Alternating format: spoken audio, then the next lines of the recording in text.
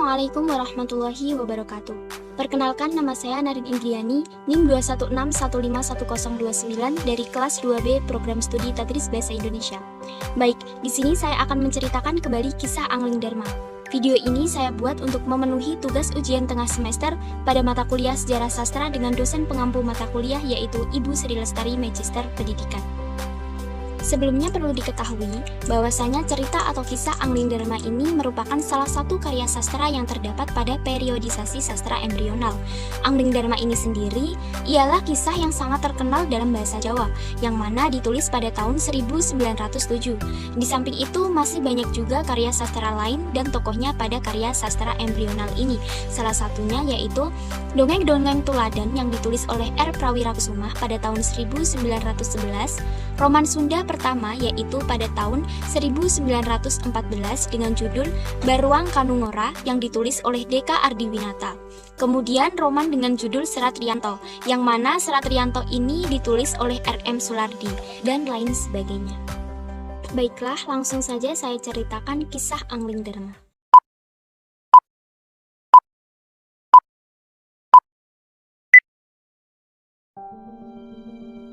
Singkat cerita, Angling Dharma merupakan keturunan ketujuh dari Hidayat.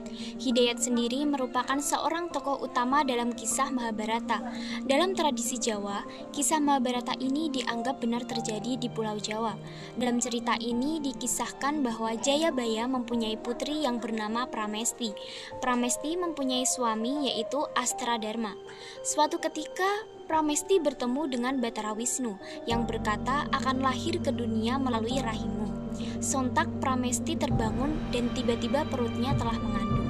Astradharma pun marah dan menuduh Pramesti telah berselingkuh. Kemudian ia pun mengusir sang istri pulang ke Mamenang. Mamenang ini merupakan kerajaan yang dibangun oleh Gendrayana, ayah dari Jayabaya, yang kemudian Gendrayana digantikan oleh Jayabaya, ayah Pramesti. Jayabaya marah melihat keadaan putrinya yang terlunta-lunta. Kemudian ia mengutuk negeri Yawastina tenggelam oleh banjir lumpur. Kutuk tersebut kemudian menjadi kenyataan. Lalu Astradharma pun tewas bersama lenyapnya istana Yawastina.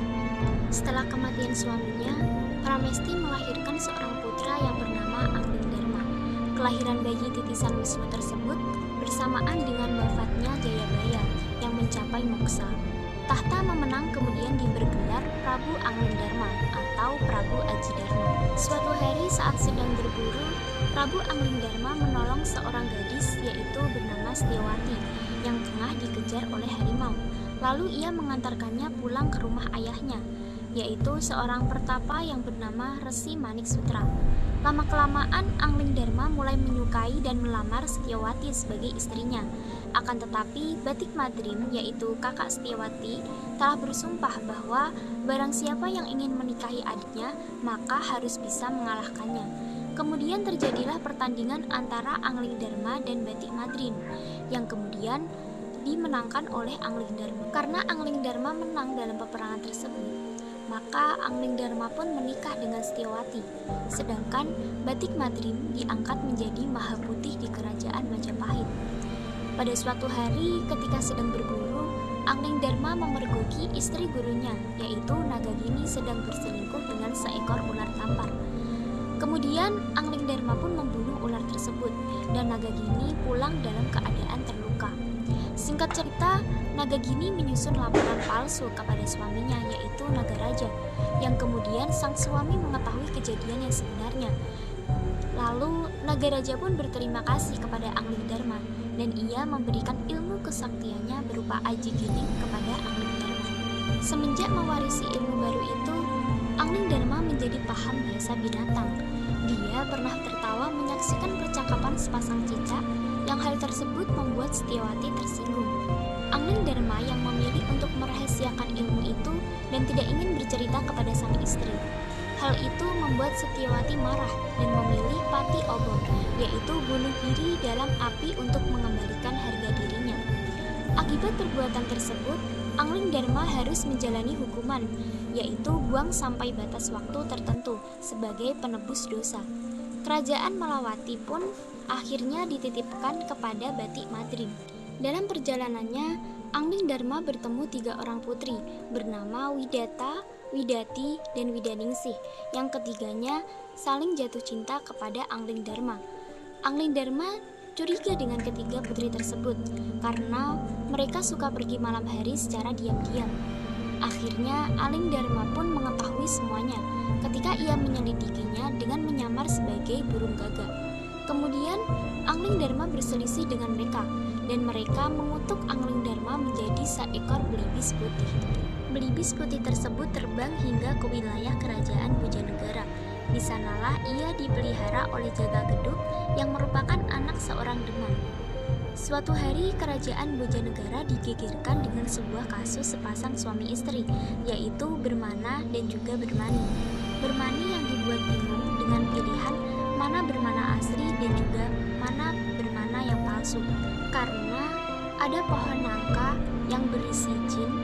Jin tersebut mencintai Bermani. Kemudian pohon nangka itu berubah wujud menjadi manusia persis seperti suaminya Bermani. Hal inilah yang membuat Bermani terkejut dan bingung. Akhirnya permasalahan ini dibawa ke hadapan sang raja. Kemudian raja pun menyelenggarakan sayembara. Barang siapa dapat memecahkan kasus ini, maka akan diangkat menjadi jaksa kerajaan. Kemudian sayembara tersebut dimenangkan oleh Ki Demang dengan caranya yang cerdik, yaitu memerintahkan Bermana yang asli harus bisa masuk ke dalam kendil, yaitu teko zaman dulu yang terbuat dari tanah.